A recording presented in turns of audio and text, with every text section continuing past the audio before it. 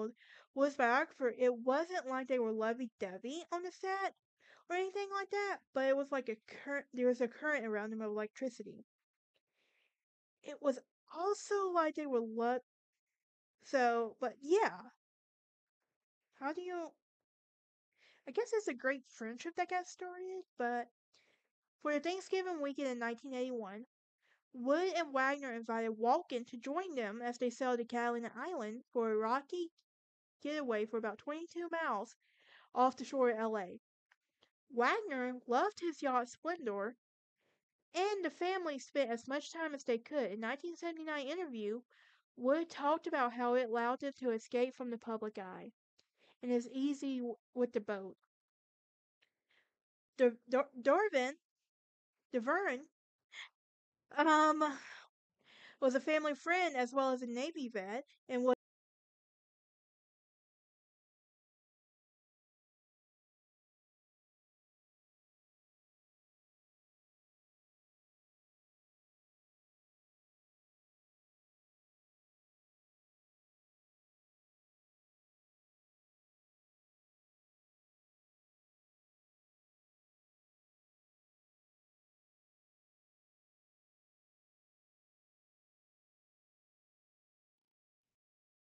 welcome back to True Crime Lounge podcast here on Spotify and YouTube.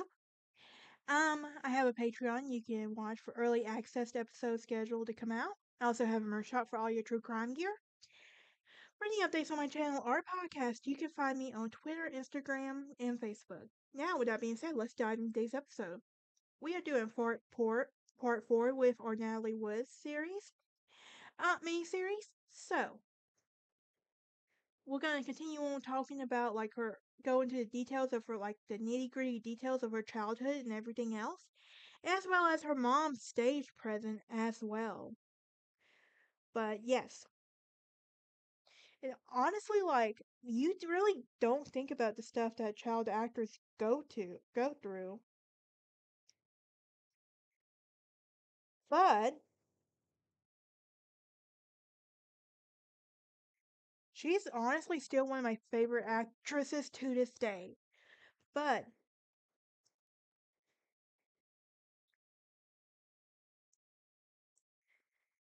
But unsurprisingly though, Natalie she will rebel against her mom's tight control and her ultra wholesome image by the time she was 16.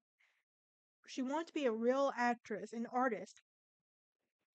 And with some difficulty, she won the part of Rebel Without a Cause, co-starring with James Dean, Sal Menino. In this period also launched her sexual rebelliousness.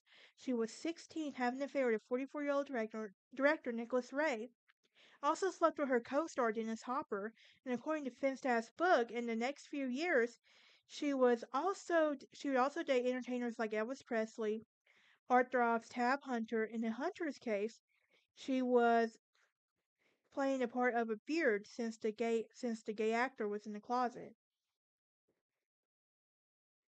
Wagner was different. She had a long-time crush on the handsome actor, and they went on to date for until on her 18th birthday, and they married a year later, in 1957, becoming the golden couple of Hollywood. But the marriage did not last. Following their divorce in 1962, she dated Warren Beatty before marrying British producer Richard Gregson in 1969. It was with Gregson that she had her first start in Natasha. To the delight of her fans, after she divorced Gregson in 1972, she would get back in touch with Wagner. They were remarried the same year, one decade after their divorce, and that this time the marriage flourished. They had a daughter, Courtney. Wagner's career took off when he found a hit TV series called Heart to Heart. And during this time, Wood made fewer films. Some say she wanted to devote more time to her family, but also finding it hard to get good parts in after 40. Her last movie, as we've been saying, was Brainstorm, in which she played a scientist married to a fellow scientist who was portrayed by Christopher Walken, the New York-based actor who just won an Academy Award for The Deer Hunter. Wood told her friends that she was worried that she looked older than Walken on screen, but they struck up a friendship and rumors swirled about their connection. The film's first assistant director, David McGriffith, told Wood's biographer it wasn't like they were lovey-dovey on the set or anything like that, but it was like a current. There was a current around them of electricity. It was also like they were but yeah, how do you?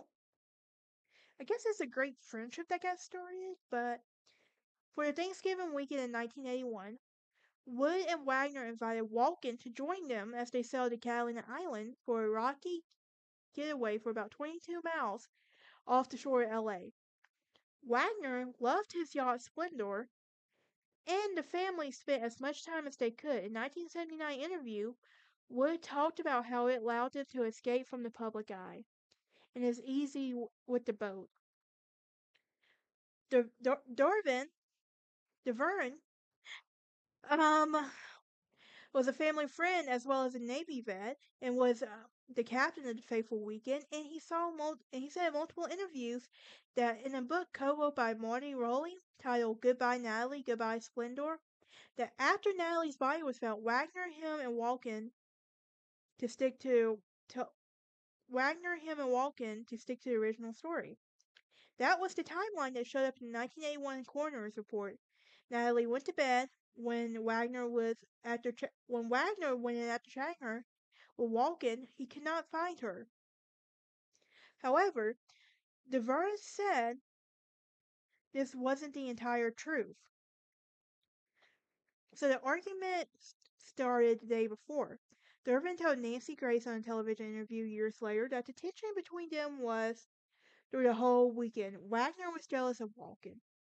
And according to DeVerne, Wood and Walken spent hours at a bar on Catalina Island, laughing and seemingly flirting. When her husband showed up, he was fuming. The four proceeded to have dinner at Doug's Harbor Reef restaurant, drinking champagne, 2 bottles of wine, and cocktails at one point. Wood or Walken threw a glass at the wall, employees at the restaurant told Finstead. The restaurant manager saw the drunk members of the group that were becoming and worrying they would not be able to reach their yacht safely when they staggered just about 10 p.m. Using the inflatable dinghy, the Valiant, the group did reach Splendor that night, but Wood was dead hours before sunrise. The story of what happened to the four of them returned to the yacht that changed several times. According to Finstead, walking walking early on told the investigators that he and Wagner had gotten into a small beef about the parent of being away from a young children for extended time shooting a movie. As Natalie was doing, apologies were made and the spat was um made. However, in the most recent version, Durbin said that they resumed drinking wine in a very heated argument.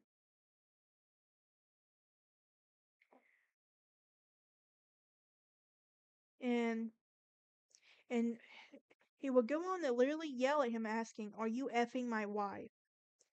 Durbin said that Walken left to go to his room and that was the last he saw of him. Wood also left for her stay in her room with Wagner following, and Durbin heard the ensuing loud quarrel. While Durbin said that he could not see them at that point, he heard the argument continue to the deck of the boat before, quote, everything went silent, unquote. And after a time, he decided to check on the situation and found Wagner on deck saying Natalie is missing. He asked him. When his search was unsuccessful, Darvin said that he rejoined Wagner, who then told him the dinghy is missing too. With Natalie being deathly afraid of water, Deverne said that he doubted that she would have taken out a small boat herself. He said in multiple interviews that Wagner, saying he didn't want to attract bad publicity, refused to turn on the floodlights and delay calling for help. I think he knew what happened. The sheriff investigators have referred to a key witness statement from Marilyn Wayne. who happened to be in a boat moored about 80 feet away. Wayne said that around 11 p.m. she heard a woman calling out, "Somebody please help me, I'm drowning." The cries went on till 11:30 when Wayne's boyfriend tried to call the harbor master and no one answered. Although they had been a party in a local boat moored off the island, so they wondered if it was all a joke. More troubling is the fact of a critical gap before everybody learned Wood was missing.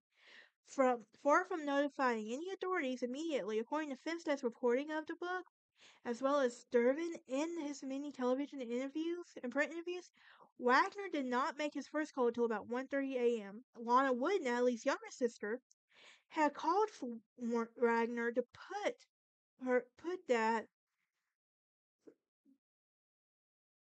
had often called her more about what happened that night, and that she would never have left the boat like that, undressed. It's just a nightgown. In 2013, Wagner released a statement through his attorney Blair Burke, that Mr. Wagner fully cooperated over the 30 years, and the investigation of the accidental drowning of his wife, 1981, and Mr. Wagner had been interviewed on multiple occasions by the LA Sheriff's Department and answered every single question and asked of him these detectives. The Sheriff's Department said that in February that the team is still looking in to see if witnesses can remember anything from that night. We're doing our best, but we're doing our last shot here to see if anyone will come forward, he said at the Karina press conference.